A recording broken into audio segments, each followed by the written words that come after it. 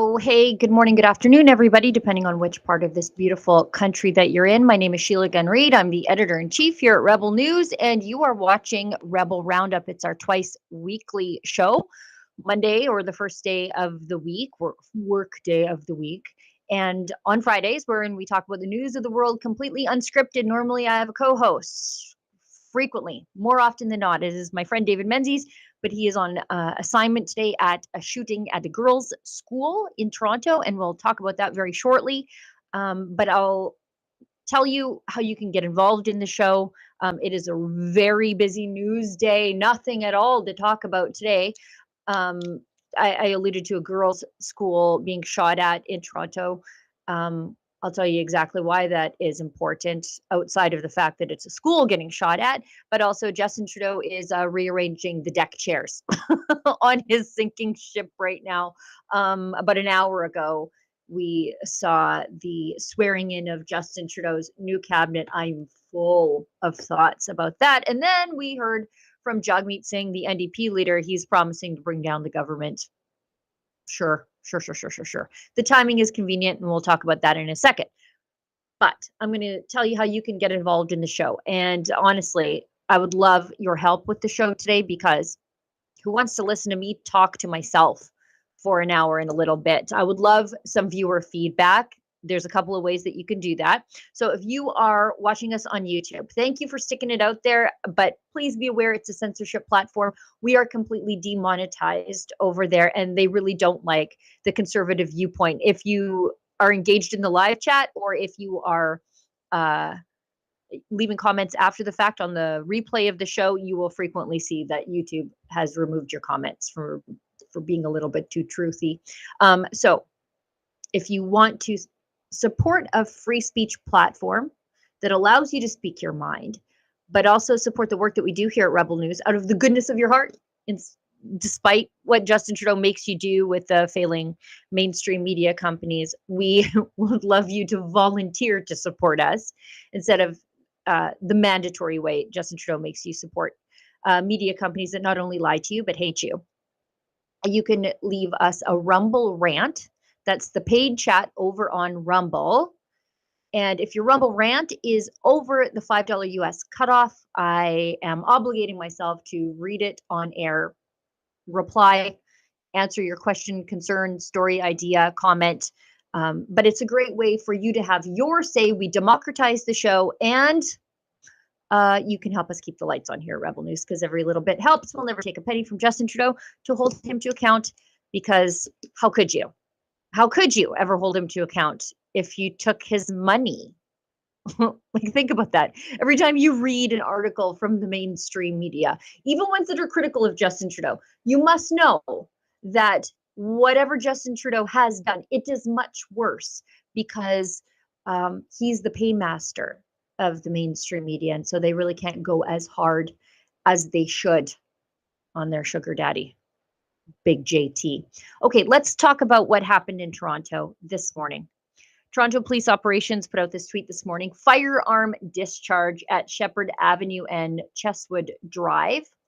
That's the Jewish neighborhood at 2:33 a.m. at Hebrew Friends Yankee, if you're watching. I apologize for how I'm going to butcher this these Hebrew words here, but Bais Chaya Mushka Elementary School. Evidence of firearm discharge while a window being shot out would be that. No injuries reported. Integrated gun and gang task force investigated, supported by the hate crime unit. So Ezra deployed to this as quickly as he could, as quickly as the news came in. And we've got a clip of what he has to say. But what's relevant here is this is in Yara Sachs, MP Yara Sachs' riding. And this is not the first time that the school has been shot at, not even the second time. This is the third shooting at a Jewish girls' school in Jewish MP Yara Sachs' riding. So let's hear what Ezra had to say. He was on the scene doing some great journalism. Event here, it's just after 9 a.m. in North Toronto at a Jewish school called Bais Chaya Mushka. You can see plywood, where at around 3:30 this morning, shots were fired into this Jewish girls' school. This is the third time this school has been shot at. The third time Toronto's anti-Semitic crime wave has wound up with shooting. You can see the police are on the scene. They have brought the forensic unit, and behind me over here, they have canine unit. The police officers from the forensic team just told me that they think the school may have been shot at from various locations. That's why the entire street has been blocked off all that way. And you can see behind me there, way back there. So an entire area of the city has been locked down while they try to find some sort of evidence. Not sure how lucky they'll be. It's been 6 hours since the shooting. There's snow on the ground. What's incredible to me is that this is now normal. This is life in Canada now. 3 times this school has been hit. Just the other day in Montreal, the Beth Tikva synagogue was attacked for the second or third time. I've been to synagogues in Toronto that have been attacked 5, 6 times, and that's just the ones we know about. I should tell you that when I came to an earlier attack on this school, the police had a press conference, and they said that they didn't know if it was an anti-Semitic incident. In fact, they've refused to use the word Jewish or anti-Semitic during the entire press conference. And bizarrely, in that incident, they asked people not to share the closed circuit TV of the suspect. They literally told people not to help. And it's not going to stop. Why would it stop? Justin Trudeau is bringing in, quote, refugees from Gaza. We're one of only 2 countries in the world stupid enough to do so. Yeah, I mean, and that's the point, really, is we are one of 2 countries in the world stupid enough to bring in refugees from a population where roughly 3/4 of them express support for the terrorist actions of Hamas. And I should tell you that the support for Hamas in Palestinian-controlled territory, so not just in Gaza, went up post October 7th. So when they saw the body cam footage of beheadings and immolations and rapes and savagery, their support for Hamas went up. Think about that. And then we're going to bring in thousands of people with this ideology. And how can we keep our communities safe? It's the Jews first, but it'll be the Christians next, although we have had our own spate of church burnings, 100 since Justin Trudeau said he understood why the church burnings were happening, but it's been nearly 500 since 2016. We have that data now, and just imagine if these were mosques, 100 mosques burn, right? Imagine. Now this is the bullet holes that were visible from inside this Jewish girls' school. Let's just scroll through these. Wow. This is a school day? No, it's Friday, so it's not a school day. But like, imagine your kids go to this school. It's been targeted 3 times. And yet the other side says, you guys, we're critics of Israel. We are critics of Zionism. It's not about Jews. We're not anti-Semitic. Then why are you shooting up Jewish girls' schools in Toronto? What does this have to do with the state of Israel? Except for the fact that Jewish kids go to this school. By the way, I should tell you, if you agree with me that if you are a supporter of an outlawed terrorist organization like Hamas and you are not a Canadian citizen, you don't have to go home, but you can't stay here. It's time to deport Hamas. Go to deporthamas.com and sign that petition. It's outrageous. We deployed our David Menzies. That's the very special assignment that he's on right now, to head on down to the Jewish girls' school. And we've got a clip of him interacting with Yara Sachs, who is the MP there. And to put this into context, Yara Sachs, the self-flagellating Jew, and to be clear, she's just a backbench MP with a teeny tiny portfolio of, I think it's associate mental health minister or something. Basically, her job is to push the Justin Trudeau's opioid and narcotics policy, to run cover for that. But she decided that it was appropriate for her as a Jew to go to Palestinian-controlled territories and hold hands with Mahmoud Abbas, the Palestinian dictator who pays terrorist families a lifetime pension if they kill Jews. It's called pay for slay. You get money if you are imprisoned, committing acts of violence against Jews, even more money if you're killed, your family is taken care of forever. And then he does this neat little trick where he incentivizes it by purposefully depressing the economies of Palestinian-controlled territories, so that, look, you're starving, your family's starving, you've got a religion that celebrates martyrdom, and that's not a criticism. We've got plenty of martyrs in my religion, but he depresses the economy. So for a lot of desperate families, terrorism is the way, right? So anyways, let's just throw that picture of Yara Sachs back up, please, of her holding hands with a man who pays people to kill Jews. The other one is Melanie Joly, who is the foreign affairs minister. So, I mean, at least she can make the argument that she might need to be there.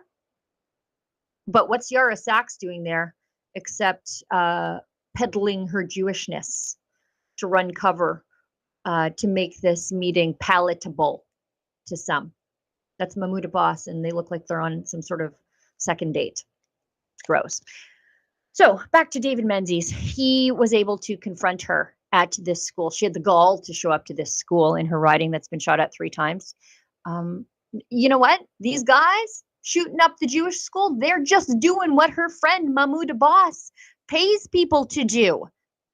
in the Palestinian-controlled territories. So I don't know why she's even there, outraged. But let's take a look at David Menzies asking her some questions. Ms. Sachs, what credibility do you have condemning the shooting here when you went to the Middle East to get cozy with Mahmoud Abbas? Why are you pro-Hamas, Ms. Sachs? What do you feel about the descriptor of you being the biggest self-hating Jew in Canada? Why won't you answer these questions? Why have you been AWOL on so many acts of anti-Semitism? Why did you go to the Middle East? Why did you get cozy with a pay-for-slay terrorist? You're not the Prime Minister. You're not the Minister of Foreign Affairs. You call yourself a parliamentarian? Who are you, by the way? Why do you hang around this woman?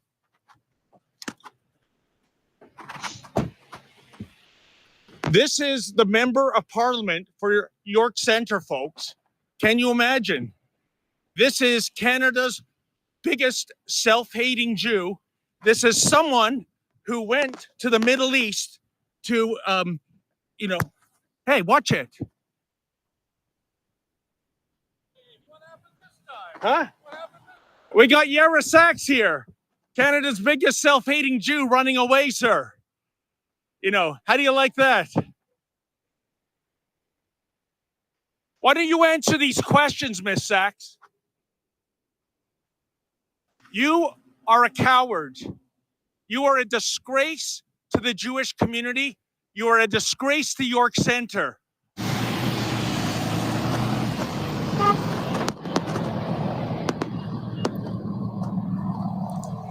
See how she runs, folks. See how she runs. There you go. That is your Liberal Member of Parliament.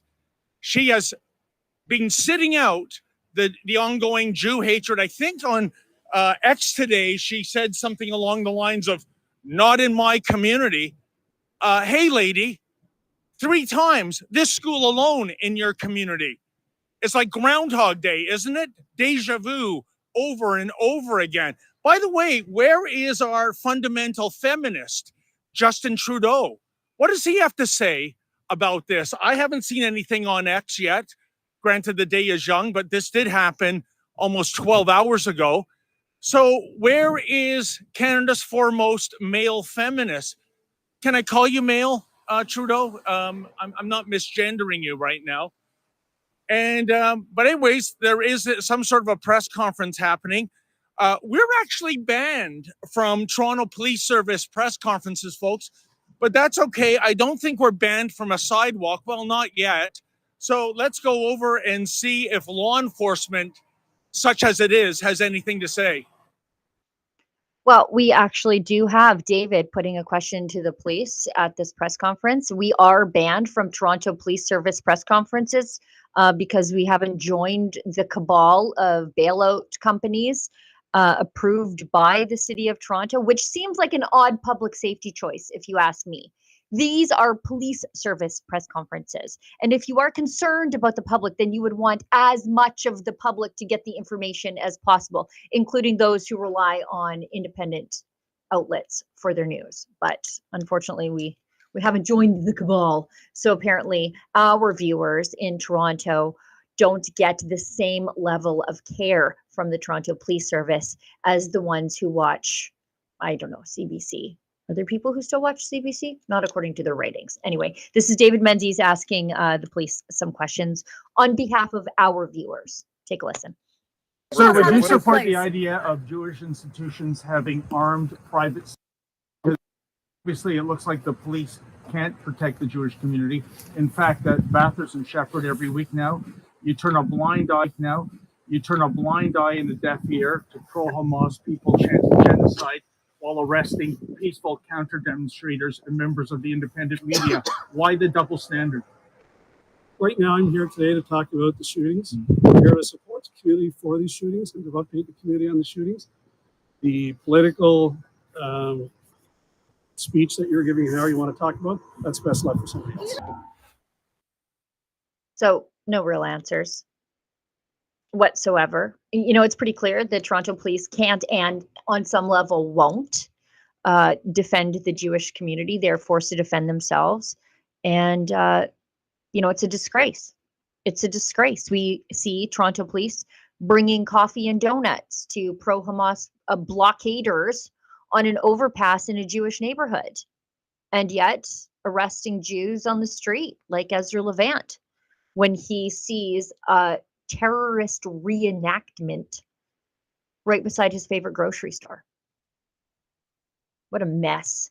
I see Olivia Chow took some time away from, I don't know, dancing scantily clad in inappropriate outfits or doing tequila shots to weigh in and say that she's absolutely outraged. Sure she is.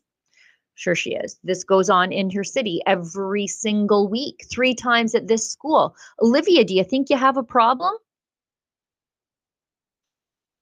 I guess not. I mean, not enough for her to take seriously. We've got Rumble rant from our friend Ryerson Gary, who is a frequent supporter of the show. We're so grateful for him throughout the year. He's just a loyal viewer of all of us here at Rebel News. And he says, between salary and perks, we're paying Justin more than $10 million per year. Given his moral character, in whose fantasy would he voluntarily resign? Yeah. Also, I don't want him to resign, Gary. I want an election, because if he resigns, then we just get a new Liberal Party leader.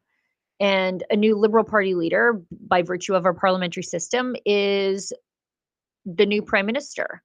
I don't want this decision left up to Liberal Party members. I want this decision left up to Canadians. And we'll get to that in a little bit. Canadians should have their say, not the people who propped up Justin Trudeau for the last 10 years. They're the problem. They're not the solution to this. So I don't want him to resign as Liberal Party leader. I want him to ride that barrel to the bottom of Niagara Falls. Anyway, we'll talk about the cabinet shuffle and Justin Trudeau's very bad week. Coming up, Olivia, let's do this ad read and then take an ad break. Does that work? Okay, perfect. I caught you. Did I catch you not paying attention, Olivia? Okay. I want to talk about the things that people are afraid to say out loud. Actually, I think that's my job. Who is in control of America's nukes? It's not Biden. Who's in control of America at all? The nukes, the economy, who knows? Meanwhile, we have Russian ships off the coast of Florida and full-blown wars in Ukraine and Israel, and the drones, right? the drones. Just drones everywhere, car-sized drones. Nobody knows what they're doing, where they're from. Are they even from Earth? Is it China? Is it a spy balloon? I don't know. It would be nice if we had someone in charge of the United States to tell us those things. The world is at its most unstable point since World War II. With nuclear weapons, the stakes are 10 times higher. How do people like you and I stay safe? Every prepper needs to have RadioGuard ACE, the only FDA-approved drug to treat radioactive fallout. Only the feds had it until now. That's why Rumble partnered with 5G Free, the only company in the world that has a supply of RadioGuard ACE and the ability to prescribe it prophylactically. And I love saying that word. There's also like another theory on these drones is that they are American drones and they're looking for something that is either lost or stolen. And there's some theories out there that there's a nuke missing. Anyways, these people have the solution. Get their radiation emergency kit with RadioGuard ACE, potassium iodide, Zofran, and a Geiger counter. There's simply no other tool in your arsenal to protect against a radioactive threat. So go to 5gfree.com, code STUDIO to save 15% and get your radiation kit now. Guys, let me know in the comments, what do you think those drones are doing? Where are they from? Who sent them? Are they looking for something? Are they from here? Are they foreign drones? Are they just technology that we aren't aware of yet, that they don't want to tell us about yet? What do you think those drones are? I went down a very deep drone rabbit hole the other day. Okay, Olivia, let's hit an ad break and we'll come back. What if governments are trying to reinvent the wheel when the greatest teacher of all times has already laid out the perfect blueprint for a constitution for a kingdom of love, faith, and freedom? Introducing the Kingdom of Heaven Freedom Passport. This special edition Freedom Passport captures the foundational truths of love, ethics, and freedom for all. It's a powerful reminder of Jesus' call to love one another and to be part of something bigger that you can carry with you every day. Join the movement, share the truth, and spread the love with your family and friends. Get your Kingdom of Heaven Freedom Passport at freedompassport.ca. And right now, all orders in North America come with free shipping and a free downloadable song with every purchase. All right. Now, federal government, lots of crazy things are happening right now, although it's not as interesting as one might think it is. Here's what I think. Justin Trudeau just reshuffled his cabinet, and it's a smaller cabinet. Now, Justin Trudeau is not one to be smaller and more efficient. It is now, again, rejigged to be gender balanced, I guess, because it's 2025 almost, which is a thing that Liberals care about. You know, they care about diversity over competence. And I think that is part of the reason why we're in this mess as a country. But before the cabinet shuffle was announced, and again, I want to reiterate, it's a smaller cabinet. I don't think it's designed to be more efficient. I think Justin Trudeau is having a tough time getting volunteers to play in the band after the Titanic struck the iceberg. So there are a lot of cabinet ministers who are doubling up right now. But before the cabinet was announced, Jagmeet Singh, leader of the NDP, Justin Trudeau's biggest enabler, I think realized he wasn't going to get a ceremonial cabinet position. Yeah, I think he would have loved to have been at health or jobs or something. And so he announced that he's going to go nuclear on Justin Trudeau. Says Justin Trudeau failed in the biggest job a prime minister has, to work for people, not the powerful. And he tweets this on the day after somebody catches him in like an Air Canada pod in first class. The NDP will vote to bring this government down and give Canadians a chance to vote for a government who will work for them. So 2 days ago, this Yahoo is saying, oh no, Justin Trudeau has to resign. Resign, then all we get is a new Liberal leader. And again, my point remains, the problem then of fixing the problem is left up to Liberal Party members and not Canadians who deserve a chance to re-elect or unelect a prime minister. We should have a say. But for him, he was taking the say away from us and trying to, as the NDP leader, decide who gets to lead the Liberals. Like, I know you are on a power trip, Jagmeet, but that's not how it works. And I don't believe a word this guy says, because he, as Pierre Poilievre points out, there's no chance to introduce a non-confidence motion to bring down the government for at least a month, maybe more. Parliament has risen, and since September, he propped up Justin Trudeau. He voted 8 times against having an election. And just as Poilievre points out, just 11 days ago, you voted against a non-confidence motion that was filled with his own words, because the Conservatives are very clever that way. Had you voted the other way, we'd almost be halfway through the election now. Yeah. Not only that, do you believe Jagmeet Singh is going to vote against the government? I don't know. I'm 50-50 on this, because he's a known liar on this issue. Remember when he said that he had torn up the confidence agreement that he had with the Liberals? And then he continued to vote with the Liberals? So I'm not sure I believe him on this. Now, here's the reason I do believe him on this, is because I think, when does the Parliament sit again? End of January, it sits again. Well, here's why I think Jagmeet Singh just might vote against the government. And it's because I think he is a self-serving parasitic lech who is in it for himself. And if on the very first day that Parliament sits, he votes to bring down the government with the Conservatives, well, wouldn't you know it, he would qualify for his pension, which kicks in on February 25th. So he would be through, like, there's enough time between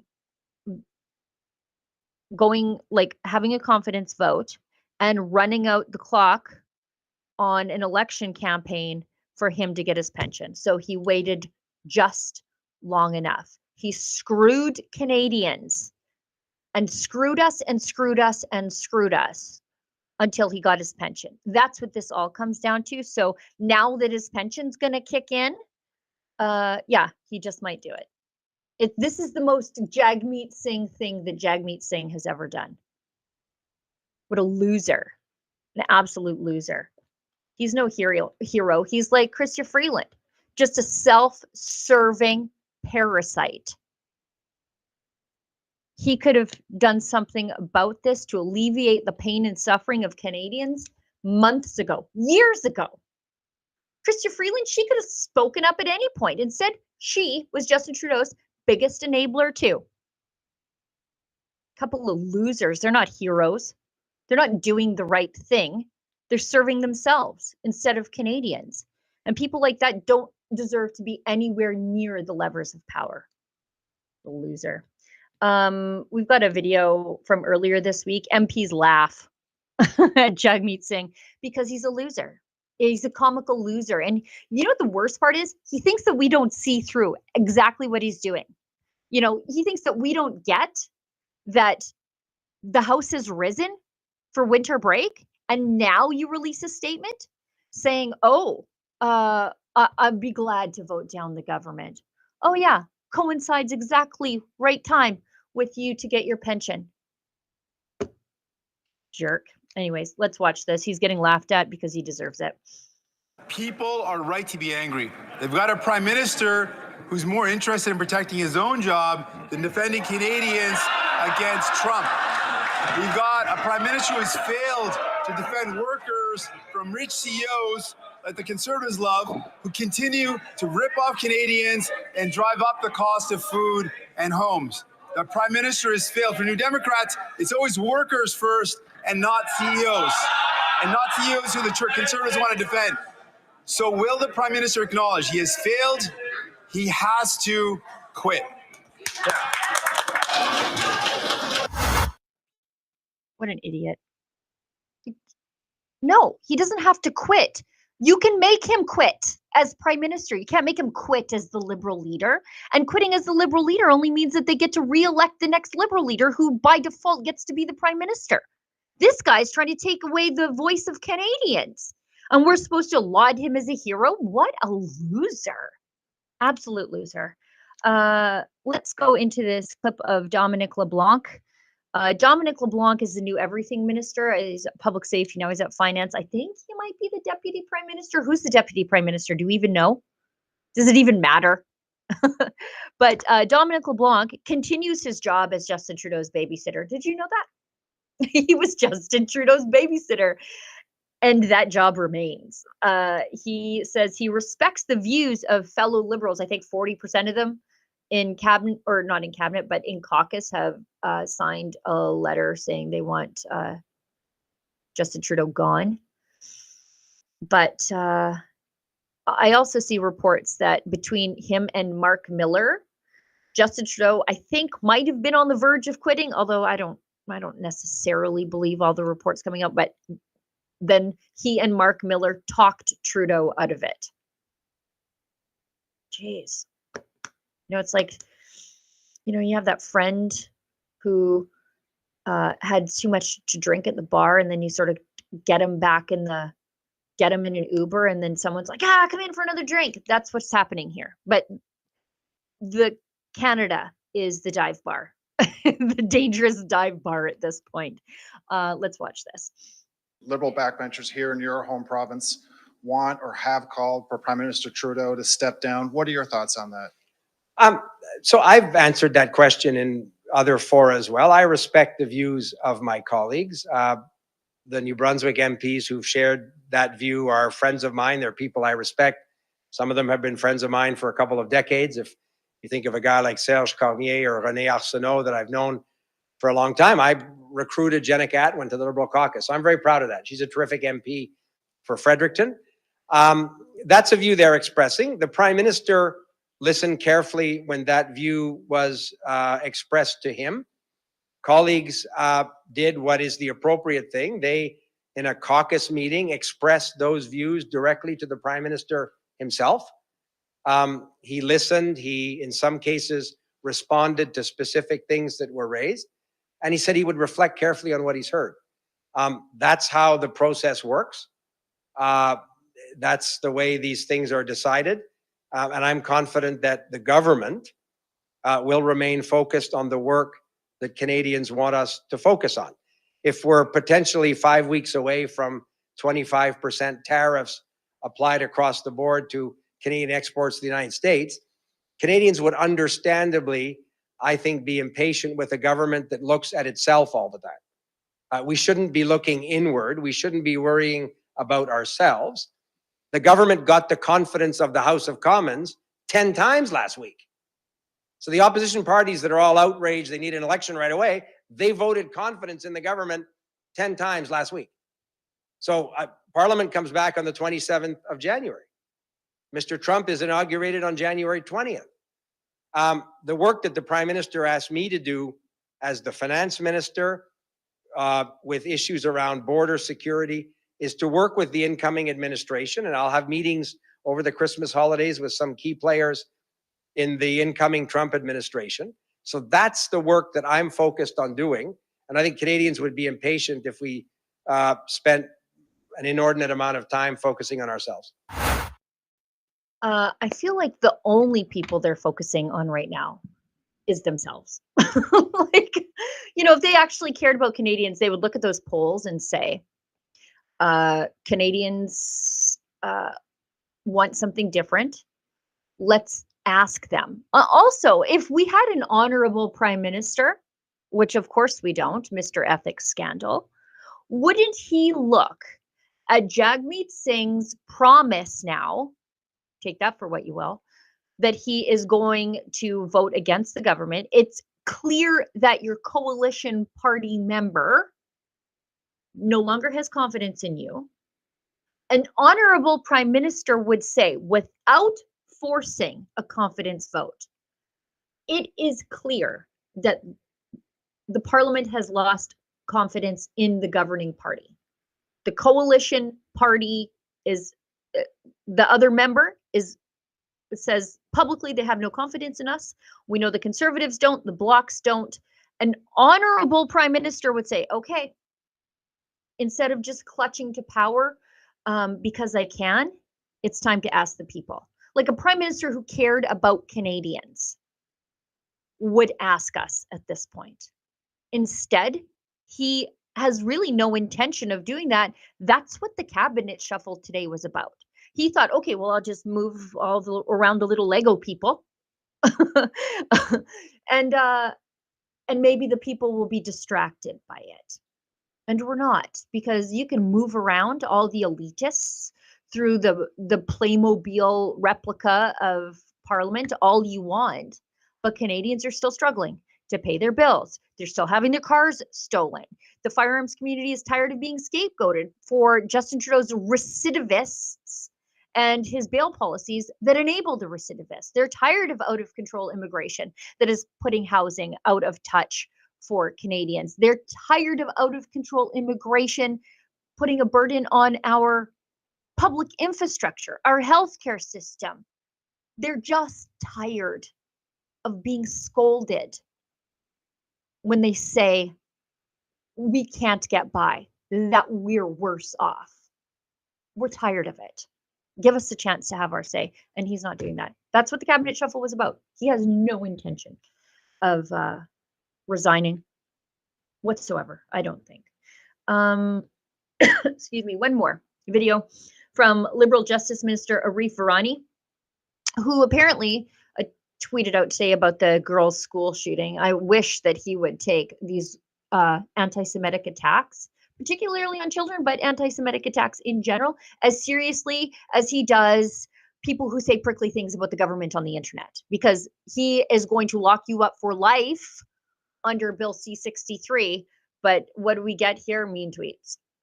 So anyway, he's got a video, or we've got a video of Arif Virani claiming that Pierre Poilievre becoming prime minister won't help Canada.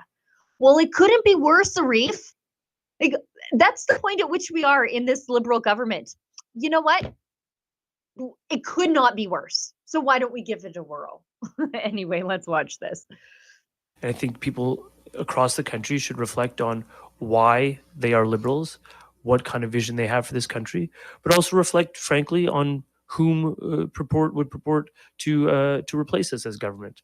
And what motivates me and motivates every single Liberal, no matter whom you're talking to right now, is that we're all unified behind the idea that a change of government with that individual named Poilievre proposing to replace us would not benefit my riding, would not benefit this city, would not benefit this country. I would just take this opportunity to encourage you to reflect on how this law transpired in terms of its development in the parliamentary process. At one point, this was being reported back by the Justice Committee with Conservative proposals to gut the entire bill. That's apparently the reflection on prioritizing wrongfully convicted people in this country. You know, that's that good. To me is morally. That's good. So he's taking a swipe at Poilievre while he's talking to reporters about his bill to address wrongful convictions. And look, wrongful convictions are bad, should not happen, but this is the government that wrongfully convicted the Freedom Convoy of being a Russian operation. They believe in cancel culture, you know? And that is really a wrongful conviction in the court of public opinion. And this is a complete distraction. I guess nobody's falling for racism, feminism, and abortion anymore, and gun control, which are the drums they bang every time the Canadians start to complain that they can't pay their bills, and the best the government can do is no GST on the Oreos and tampons in the men's room. So they have to float these new ideas about how they're saving us all from ourselves. But I agree with him on one point there, and it was one of the first things he said. Canadians have to reflect on why they're Liberals. Yeah, I think you should. I think you should. If you are still signed on to this crazy train they call the Liberal Party, I do think you need to do a little bit of introspection. Are you one of those people whose cost of living and your wages are indexed to the cost of living, so you're completely insulated from all of this stuff, i.e. a government worker? Think about your fellow Canadian for a minute who is just struggling under the crushing weight of the government. Think about them for a second, and then ask yourself, would it be worse under the Conservatives, or would it be at least the same and probably better for everybody else? Think about that for a second. Let's quickly talk about the cabinet shuffle. I alluded to it a little bit. It happened sort of just about an hour before we came on air. I'm going to tell you, I don't care who ends up in cabinet. I don't think it matters. I don't think it matters. This is the dying days of the Justin Trudeau government, I think.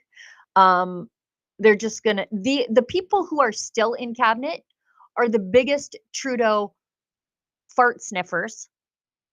And so they're just it's going to be more of the same. So it doesn't even matter who they are. Right. I did notice a couple of things in the cabinet shuffle. Rachel Bendaya, I think is how you say her name. Rachel Bendayan. She's the Minister of Official Languages, but she's also the Associate Minister of Public Safety. She is one of the most vicious but clueless, as these people tend to be, gun grabbers in the entire country. She was first elected in 2019. She's in Outremont, a heavily Jewish neighborhood, which means, of course, that she is the next self-flagellating Jew to go on Justin Trudeau's terrorist tour of the Palestinian-controlled territories, where you have to go on a date with Mahmoud Abbas and get to second base like Yara Sachs did. But the appointment of her, Rachel Bendayan, to Associate Minister of Public Safety is, for me, just more of the same, right? Like, if you thought that Justin Trudeau was going to look at the polls, read the tea leaves, realize that, you know, like, there's chaos, Canadians want you gone, I better moderate my nonsense. No. Appointing her to public safety means that every single agenda that they have now will continue to march on. They are not moderating. They are going to ram through everything they can in the dying days of their government. One more thing, I also noticed there's no Alberta minister. There's usually, if there is an Alberta Liberal MP, and there are two right now, thanks to the vote split, a very close vote split that allowed Randy Boissonnault, Pocahontas, to get elected in Edmonton Centre, and then George Chahal, I forget his riding in Calgary. You'll remember him as the guy who stole the mail, stole the lit drop from the Conservative candidate. So we've got a guy who stole Indigenous identity and thus used that to procure sole sourced, or not sole sourced, but preferential contracting for a company that he was running while an MP, a PPE company, while voting on policies that would enforce PPE. Like, the scandal is just layer on layer on layer. So the guy who stole Indigenous identity, or the guy who stole the mail, neither one of them is an Alberta minister. Now, Randy stepped away from cabinet to deal with his cascading personal issues. And George Chahal, I think he thought he was, he would be the Alberta minister, and they would just like give him some portfolio as a Alberta, we still care about you even though you don't vote for us. But there's no Alberta minister. I guess why even bother, right? Like, it's going to be a total wipeout. I think basically west of Winnipeg all the way through to the lower mainland, it's going to be a wipeout for the Liberals anyway. So I don't even think they're wasting any political capital on that. But it also just goes to show you how little the Liberals think of George Chahal. So I guess, we've got some common ground there, don't we? And sad to see Mark Garrettson left out of cabinet. He has behaved like an utter buffoon on the internet, but also in committee meetings for, I don't know, the better part of a year. A real pick-me kind of dude. And they didn't pick him. And it couldn't happen to a nicer guy. He has just been an absolute a cocaine gorilla just on the internet and in committee, and they didn't pick him. So haha, Mark. Haha. Okay. It looks like we've got another ad read, and then we've got a couple of chats, and then we'll go to we've got border issues, and then also apparently winter is ending in Alberta, and I'm supposed to be upset about it. It's like it was minus 25 this morning. I don't know what it is now. I have a space heater in my room, like right beside me. So whatever. Anyway, I'll read the two chats, and then we'll do the ad read, and then maybe Olivia, do we have a Rebel ad that we want to run or no? Okay, so two chats, Rumble ad read, and then we'll do a Rebel ad. So Nana Awake says, we need to accept these acts of terrorism are supported and promoted by our government by way of doing nothing. Yes. Yes. They are encouraging more. Keep safe, everyone, and Merry Christmas. Yeah, if there's no consequences for your bad behavior, then you just keep doing the bad behavior. Like, there's no deterrent. Jail is supposed to act as a deterrent first, and quite possibly rehab if possible, after, but deterrent first and foremost. We don't have any of that, right? And Rex and Gary, again, for the good of the country, Polyev has to, I think, mimic Javier Milei in Argentina. 2 years in power and a balanced budget and no inflation for the first time in decades, plus full employment. We also need a Doge department. Now, in Alberta, we kind of have that. It's like the red tape reduction associate minister, and he's just supposed to go around and slash, like bureaucratic pitfalls and hoops that small businesses have to jump through that are unnecessary, and it doesn't quite go far enough. But I think we need like the Department of Government Efficiency, Doge, that Elon Musk is heading up. And I was talking to my friend Lise about this, and we think that Brett Wilson would be good at it, or who's that other dragon? who ran for Conservative Party leader, whose name always escapes me, Mr. Wonderful from Dragon's Den. I think, and who he's got a real hate on for Justin Trudeau too. So anyway, between the two of them, doge it, cut it. I do not want to see women's ministry. Cut that. Cut it all. Environment and Climate Change Canada, cut it. Just the Parks Department. Actually, I don't even like parks because I don't think you should have to jump through government rules to live in nature, to enjoy nature. It should just be like the ministry of making sure you don't throw out your garbage in the wrong spot. Like, don't litter. That's what I think the environment ministry should do. And that's about it. Like, I hope they just go in there with scissors. Yeah. Like Edward Scissorhands. Brett Wilson Scissorhands. Okay. Rumble. We've got a special message from Rumble. It's one that's incredibly important to the survival of Rumble, frankly, but us too. When Rumble first started in 2013, they built the platform for the small creator. They didn't censor or have biases. They were fair and treated all creators equally. No one thought platforms would censor political conversation or censor opinions on COVID, but they did. Facebook admitted they fell to pressure from the Biden and Harris administration. Same thing happened in Canada. Health Canada was pressuring Facebook. Well, they didn't even have to pressure Facebook.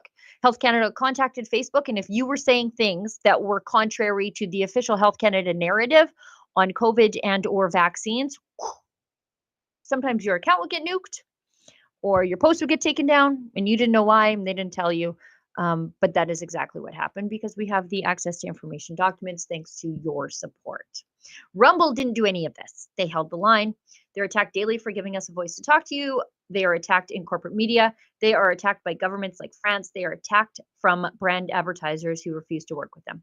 Corporate America is fighting to remove speech. Rumble is fighting to keep it. Rumble won't survive with brand advertisers. Just like us, they don't get much of it. Watching our show right now on Rumble is the most they can ask from you. But if you really believe in this fight and you have the means, one major way you can help Rumble survive is by joining Rumble Premium. If you are someone who has a YouTube Premium account, cut it and just give your money over to Rumble. Right? Support the platform that supports you. Join the company that believes in the First Amendment and believes in our human right to free speech. Rumble is offering $10 off with the promo code STUDIO when you purchase an annual subscription. Go to rumble.com/premium. Use the promo code STUDIO.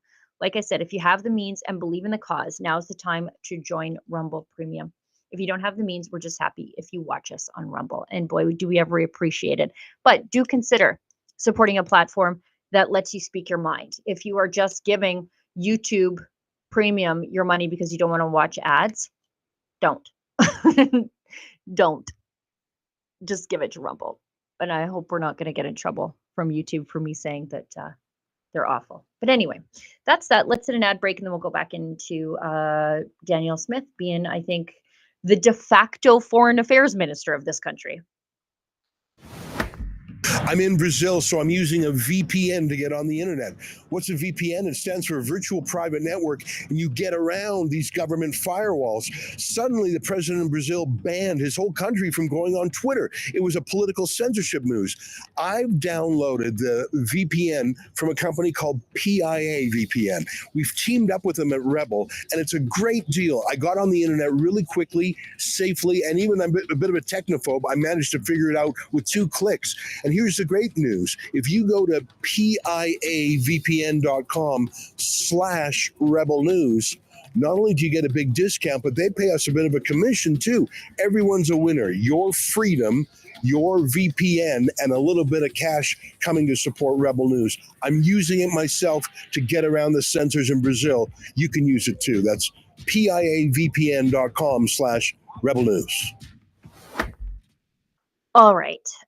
Before we get into the border issues, I just noticed a crazy thing yesterday, and I grabbed a screenshot of it and I just posted it on X, and it sort of took off. So I thought, okay, so I'm not the crazy person here. A lot of people think this is crazy. It's this article. It's from CBC News, but it was rewritten everywhere, including City News, who reliably informs me that Edmonton too is suffering from this. Research shows that Edmonton lost 3 days of winter due to climate change. 3 days of winter. They published this on a day where it had a daytime high of -20. And also, I would like to tell these people that winter is a season.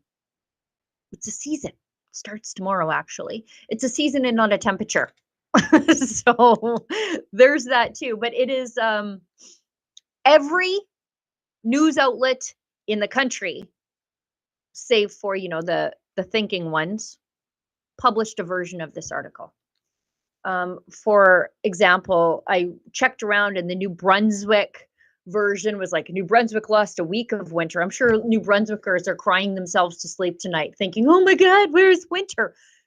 Don't worry, I found your lost days of winter. They came to get me. They got me. But Canadian cities, according to the CBC, who wrote the scariest version of this, if you're scared of losing winter, I'm definitely not. Canadian cities are losing up to 19 days of winter. Days above 0 degrees have seen dramatic increases around the world, Climate Central analysis finds. Vancouver has lost 19 days below 0. Toronto, 13 days. Montreal, Calgary, Ottawa, Edmonton, and Winnipeg. Isn't it funny how the two, like Edmonton, where we have all the refineries, where we idle our vehicles all winter, by the way. We've only lost 3 days, according to these people. If you believe their analysis, I definitely don't. But if we concede their conclusions that carbon emissions are causing winters to get warmer as though that were a bad thing, but even if that were true, we're the home to all the carbon emissions. And we're not getting warm the fastest. So isn't that weird? It's funny how that all falls apart. As if I'm supposed to care that it's getting warmer in the winter. And I definitely don't believe that, by the way. Maybe the city of Edmonton has warmed up a little bit because it is ballooning in population. But boy, an hour and a bit outside the city, and it is just as frosty as ever. I can look at the temperature in Edmonton and I'm like, I'm 5 degrees lower consistently all the time. They haven't plowed my road in a week. It just keeps snowing. We're supposed to get snow and freezing rain and -20 today. And I got to read this garbage like, Sheila, why winter's getting warm. That's terrible. No, I don't. No, I'm having none of it. And I hope you are having none of it too. I see that we've got a video here of Premier Smith, who has pushed back on this from the very beginning. And when she pushed back on the federal government's crazy net zero electricity plans, when she pushed back on the timeline and also the idea of it, they called her climate change deniers. Now the Liberals have moved back the targets, I think, to 2050, and they're not climate change deniers. So I guess it's all your politics. I don't know. It doesn't make any sense, because if a conservative says this isn't going to work, you're a denier. But if a Liberal says this isn't going to work, we have to rethink that. That's pragmatic. Let's watch. Ottawa is pushing its goal for a net zero electricity grid to 2050. As you know, in your joint statement, you said you were gratified. The change seems to be pretty in line with what your government wanted originally. Why still take Ottawa to court? Well, if I passed policy in areas of federal jurisdiction, let's say I said, I'm going to start my own currency in Alberta in 2035. And they came back and said, you can't do that. That's Section 91 of the Constitution. That's federal jurisdiction. And then my response was, okay, well, don't worry. I'll do it in 2050 then. You don't solve the foundational problem. They have no right to tell us how to run our power grid. I'm glad that they're not going to be as punitive as they originally set out to. I'm glad Stephen Guilbeault has finally admitted what we have been arguing all along, that this is going to be, I'll tell you what he said. Some of the things that we put on the table were too stringent, and from a technical point of view would be very hard to achieve without Canadians incurring a very high cost. So I guess the question is really for Stephen Guilbeault. Why, knowing that, has he drawn us through a year-long dispute publicly, in the media, in the courts, and through an advertising campaign when he full well knows that what he was proposing was unachievable and costly. And we're not done yet, because we've got two other idiotic policies that we're fighting, the proposed emissions cap and net zero cars by 2026. So I think he full well understands the implications of what he's doing. I think he's doing it to put a chill on investment, and that's why we continue the fight. They've got to just back off of provincial jurisdiction. She's great. She's just great. Wouldn't it be great if she was the prime minister one day? Wouldn't it be great? Who would fill her shoes here in Alberta? We have to think a generation ahead, I suppose.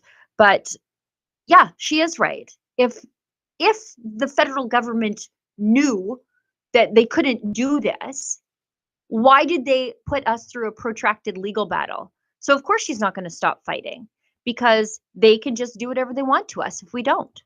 Good for her. Still on the topic of Premier Smith being, I guess, the leader of the official opposition to Trudeau. And I say this not out of disrespect to Poilievre, but she's got power to do things right now that he doesn't. As the Premier of Alberta, she says provincial leaders are seeing nothing but chaos from the Trudeau Liberals when it comes to addressing the border security and Trump's tariff threat. So let's watch that. You said oil and gas exports are not going to be used as a bargaining chip, a little bit different than what Premier Ford had said. What tactics are you or the other premiers as a group exploring to mitigate or maybe get rid of the tariffs entirely, if not those? I think that the premiers got aligned when we were together on earlier this week. It's been quite a change, and I think part of what we've had to do is that we've had to show leadership where we're seeing nothing but chaos from the federal government. And so I'm hoping once again with this cabinet appointment or cabinet shuffle that we'll stabilize and figure out who the lead is on trade negotiations. At the moment, it's a bit unclear. And in the meantime, it's up to us to reach out to each of our counterparts and make the case. And so the case that we're making is Canada shouldn't have tariffs on it at all. And so we're trying to all avoid January 20th imposition of tariffs. We want to recognize the legitimate concerns that are being raised about the border. We know these are legitimate concerns because we started our specialty sheriff's task units. When I first came in, we've got specialty units to shut down drug houses and do surveillance and do fugitive apprehension and border. And now we're developing border security and fentanyl, which has been in the works for the last 18 months. And it's because we have a problem in Canada with guns and drugs and precursors and human trafficking coming across the American border. And we have to make sure that we're not causing the same problem to our neighbors. So we're doing this for Canadians' benefit. And I think it also should help us to avoid the U.S. president being able to invoke a national security provision as a pretext for bringing in tariffs. That's, I think, the connection that we're seeing here is that they do have the ability, and they've used it before on aluminum and steel. They invoked a national security provision in order to be able to bring those in and go contrary to what our agreement is. So we want to make sure that we're taking away any of the excuses for them to say that there is a border security issue. And I was pleased to see that the federal government announced $1.3 billion towards that effort. We've already announced $29 million towards that effort. And then finally, we're just answering the questions one for one. I know that President-elect Trump tweeted out, no one's been able to explain why it is that we have a $100 billion trade deficit with Canada. Well, I can't explain that. It's because we sell them a lot of commodities. We sell them timber and oil and gas and food products and critical minerals. And as a result, when those prices fluctuate, our trade deficit goes up and our trade deficit goes down over time. But all of those products go into giving the Americans a subsidy with lower price goods so that they can put it into their factories and their refineries. Okay, I think we have Ezra in studio in Toronto, just about ready to come on. He was, as you saw off the top of the show, at the Jewish girls' school that was shot up. And I hear him breathing, so I'm sure he's got a lot to say. Hi, boss. I'm embarrassed that you hear me breathing. You know what? It's and my lips smacking. I just great to see you. I'll try and breathe less noisily. Hi, everybody. It's great to be on the live stream. I think this is our last live stream of 2024. And what a momentous week it's been. And it's incredible that Donald Trump, through one tweet a few months ago, set in motion a chain of events like a Rube Goldberg machine, you know, where the tennis ball bounces down the stairs and hits a domino and it makes another fall. And then, Mousetrap. Just like a quirky Rube Goldberg machine. And which led to a border crisis, which led to Trudeau saying to Chrystia Freeland, I want you to have this portfolio and take you out of finance, which led to her rebellion, et cetera, et cetera. And now it looks like we're going to have an election in a couple of months. It's incredible what one tweet can do. And one tweet and a pension. Yeah. Oh, yeah. It's very strange. So that's on my mind. And I feel like we're going to be in election mode. Well, we are right now. Yeah.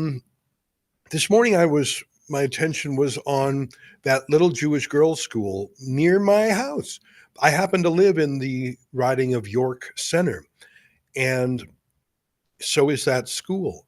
And so is, by the way, the weekly pro-Hamas rally taunting Jews in a Jewish neighborhood. All the anti-Semitism in Canada is happening in Yara Sachs's district.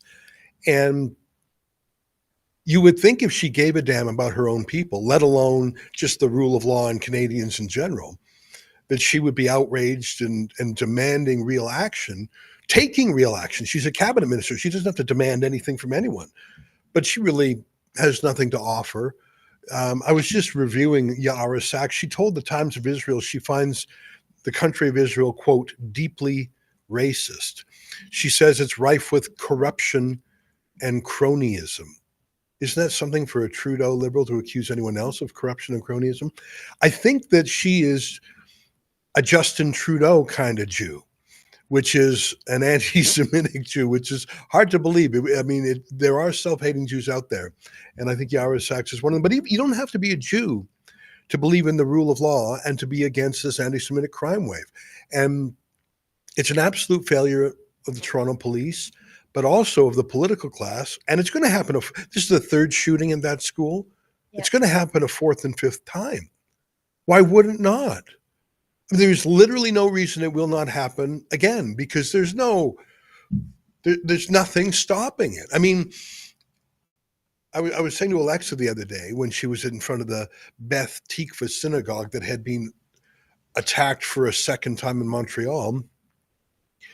When I haven't been in France for a while, but when I was there and I visited a Jewish grocery store, there is a paramilitary cop outside with a very serious military-style weapon. When I was in Italy, in Bologna, at the Jewish synagogue, there's a cop. Like they're permanently stationed outside, because that is the state of anti-Semitic violence in those countries. Are we at the state where we've gone in 10 years from being one of the safest places in the world to be Jewish to where we literally need 24-hour paramilitary protection for the Jews? And the answer is, if Trudeau's not booted out immediately, for sure, I hope Pierre Poilievre will do something more than just tweet about it. I don't know. It's sort of gross to me. And the fact that the official Jews have supported open immigration for so long, they have abided this problem. And even now, they're too shy to properly condemn the Prime Minister, the Premier, the Mayor, or the Police Chief. Anyway, I'm ranting a bit, but I think Canada is now known as an anti-Semitic hotbed, which it should not be. And by the way, they're not Canadians. 90% of the people at these hate marches, 90% of the people, I believe, committing the crimes are not Canadian, or they're very new Canadians that Trudeau has ushered in.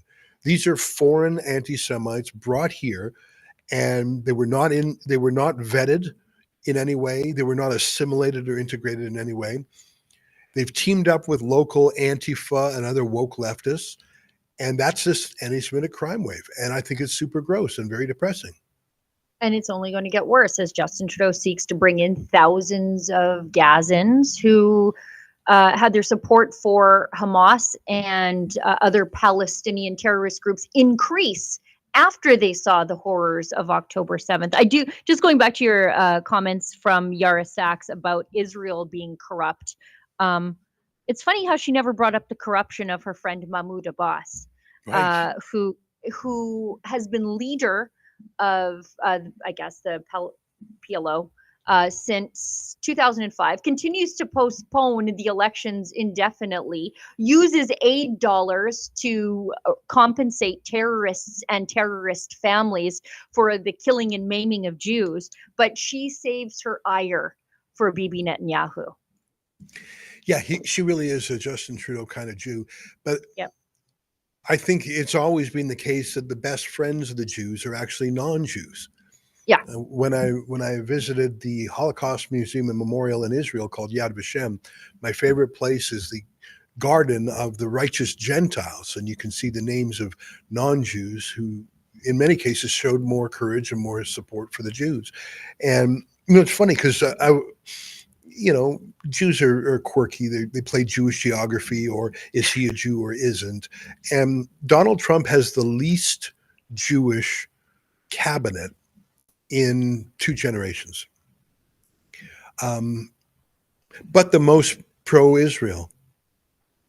Like, Donald Trump did not choose a Jew as his chief of staff, did not choose a Jew as attorney general or ambassador to Israel. There are a handful of Jews in Trump's cabinet, but it is the least Jewish cabinet in pretty much a century. And it goes to show you that the official Jews are the Woody Allen Jews. They're the ones who are neurotic and like bagels, and to them, that being left-wing is being Jewish. And Donald Trump's going to bloody well save the world.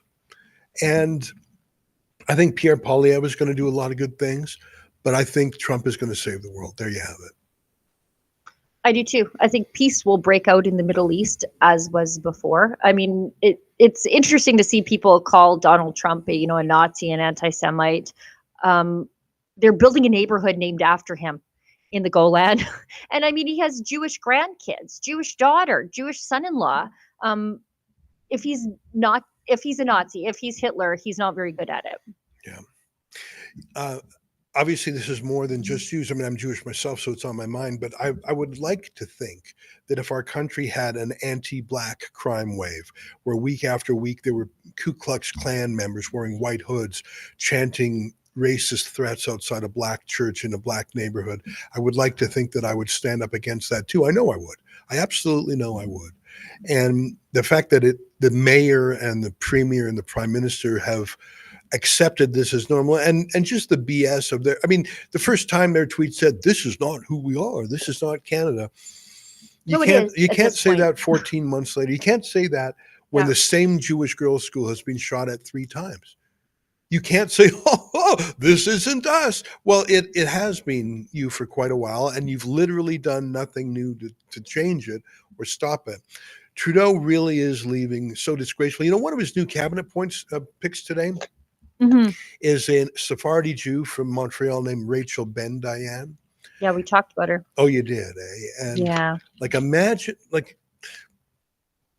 first of all, who would want to be in cabinet for just a few weeks? The last thing in your political career is you're groveling before the most disgraced prime minister in memory for a few weeks of they'll be sworn in, and they won't even get their briefing before the election's upon us. It's really for a few weeks on their resume.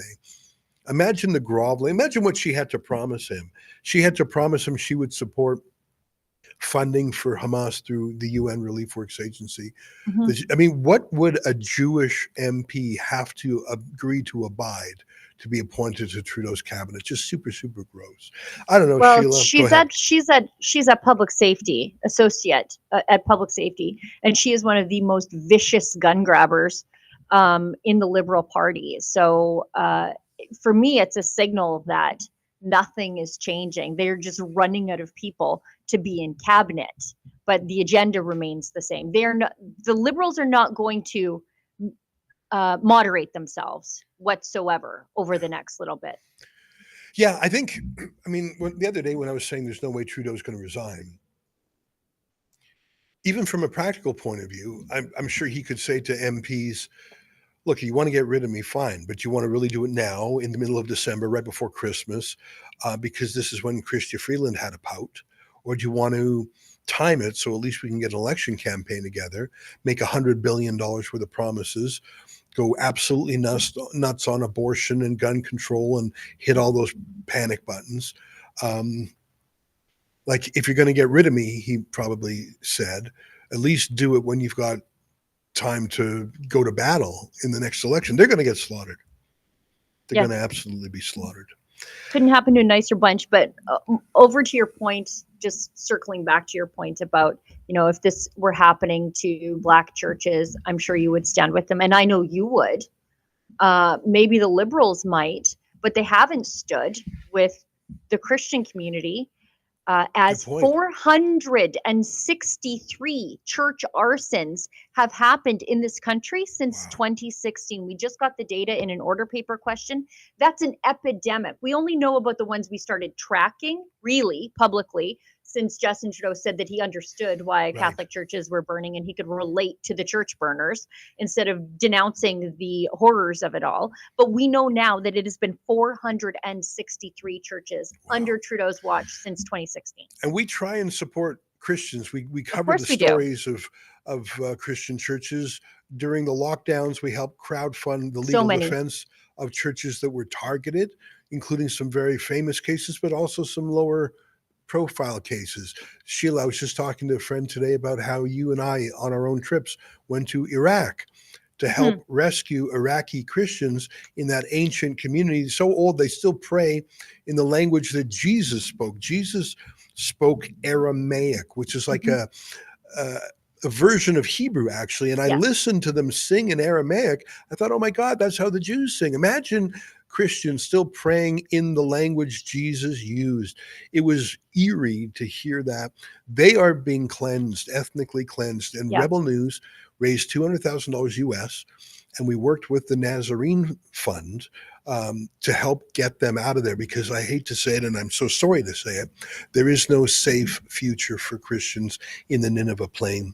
There is no safe future for Christians, I believe, in Syria. I'm very worried about the remaining Christians in Syria. Lebanon has gone from majority Christian to minority Christian. They are being ethnically cleansed. The Christians in Bethlehem, the Christians in Nazareth are being purged by Islamist anti-Christian activists. I think I might have misspoken before and said Jews instead of Christians. I'm talking about Christians. That's going to want to be in the interesting battles in 2025. I'm optimistic, though. Don't let me be pouty or down. Sheila, I think we have cause for optimism. And I do too. Let me say this. Donald Trump is the number one reason. Pierre Poilievre is the number two reason. The number three reason is Elon Musk, who allows us to speak freely. The number four reason is I think that what happens in America is going to slosh over the whole world. And we've had 4 years without global leadership of Biden and Harris.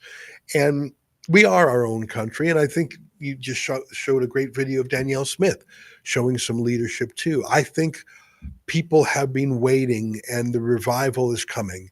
And we have a lot of work to do, but I'm up for it. It's what we do at Rebel News. We tell the other side of the story, but we also get involved and fight for freedom every day. That's what we do. That's exactly what we do. And, a lot of the work ahead is just exposing the things that have been hidden for the last nearly 10 years under Justin Trudeau, because there's going to be so much of that going forward. We'll get access to documents that the government wouldn't turn over before. The number of scandals uncovered in the first 2 years of Poilievre's leadership that occurred under the Liberals, we're going to lose track. And but I'm ready to try to do the work. Sheila, thanks for being our chief reporter and the teacher of our other reporters on the Rebel Way. Thanks for going on journeys around the world, from your trip to Paris for the revival of the Notre Dame Cathedral to covering Tommy Robinson's case in Westminster Magistrates Court to other journeys. Thank you for your service to our viewers and to our company. I think we're ending 2024 strongly. Yes. We had a very clear mission and purpose during the pandemic and the lockdown, so we rose to the occasion. I think our purpose in the year ahead is easy to discern. Fight for freedom, including restoring our lost freedoms from the Trudeau years. Fight to ensure that Pierre Poilievre keeps his promises and maintains his conservative bona fides and puts them into practice. Fight against the entrenched interests will want to drag him down. Cover these matters around the world, including mass immigration, which is the source of, I think, many problems. Well, that's it for me, Sheila. I'll give you the final word. And don't give me the final word. You sign off, because we've got a couple of more loose ends to finish up on the show.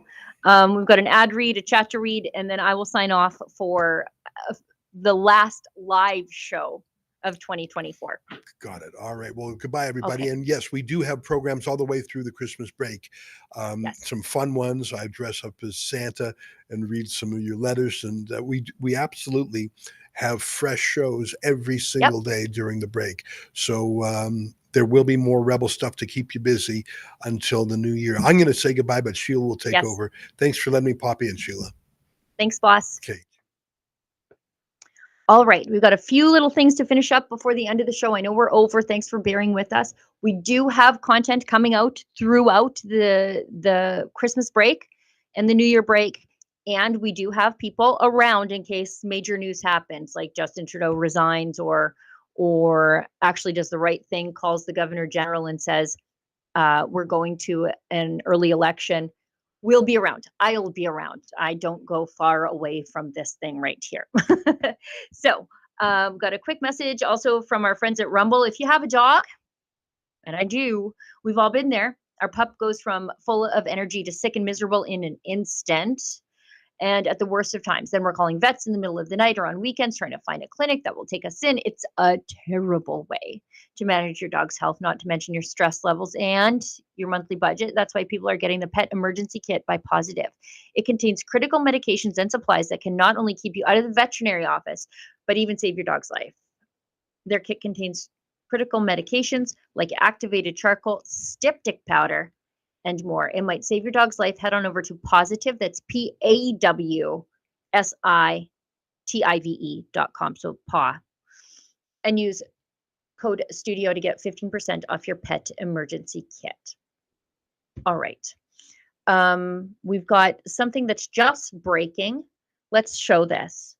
This is from Disclose TV. We just talked about attacks on Christians in Canada and in the Middle East, but the attacks on Christians also in Europe. When I was recently in France on what was absolutely not a holiday, our hotel room had cockroaches and rats. To cover the reopening of the Notre Dame Cathedral, I put it to them, like there have been 14 church arsons this year. Do you think Christians are being persecuted? And almost all of them refuse to admit it, even when you put the facts to them. Now we've got what looks to be a breaking attack on a Christmas market in Germany. Several people are dead and injured. MDR is reporting. Do you want to show this?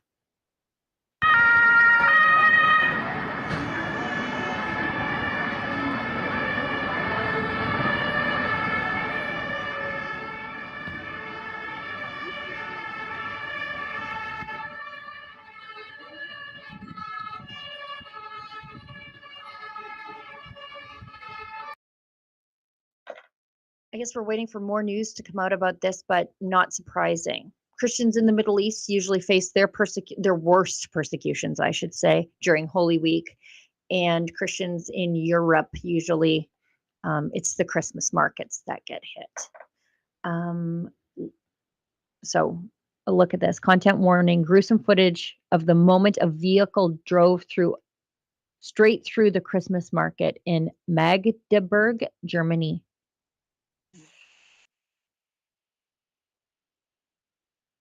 Oh my goodness.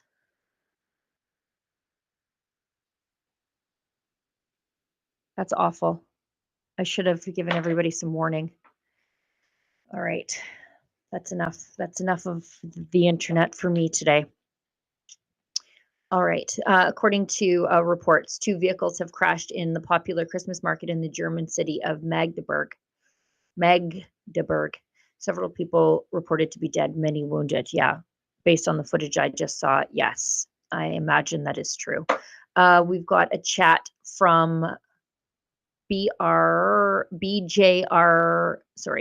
Richardson, 999. that was a little work for me to get that out.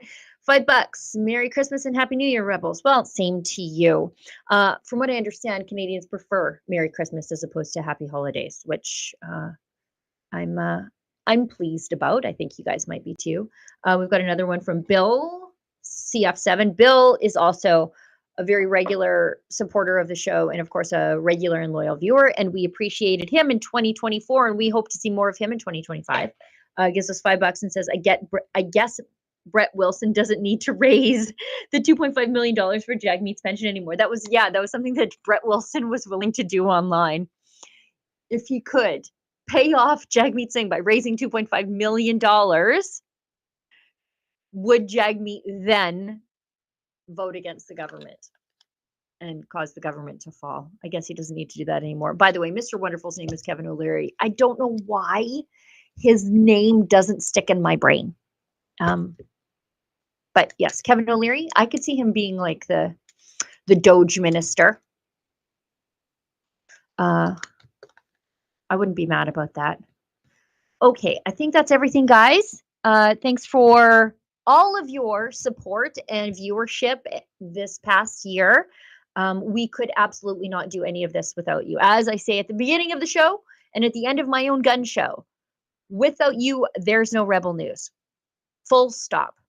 So as long as you continue to help us fight, we will fight. And we fight on your behalf. That's part of my job here at Rebel News, I believe, is to give voice to the little guy.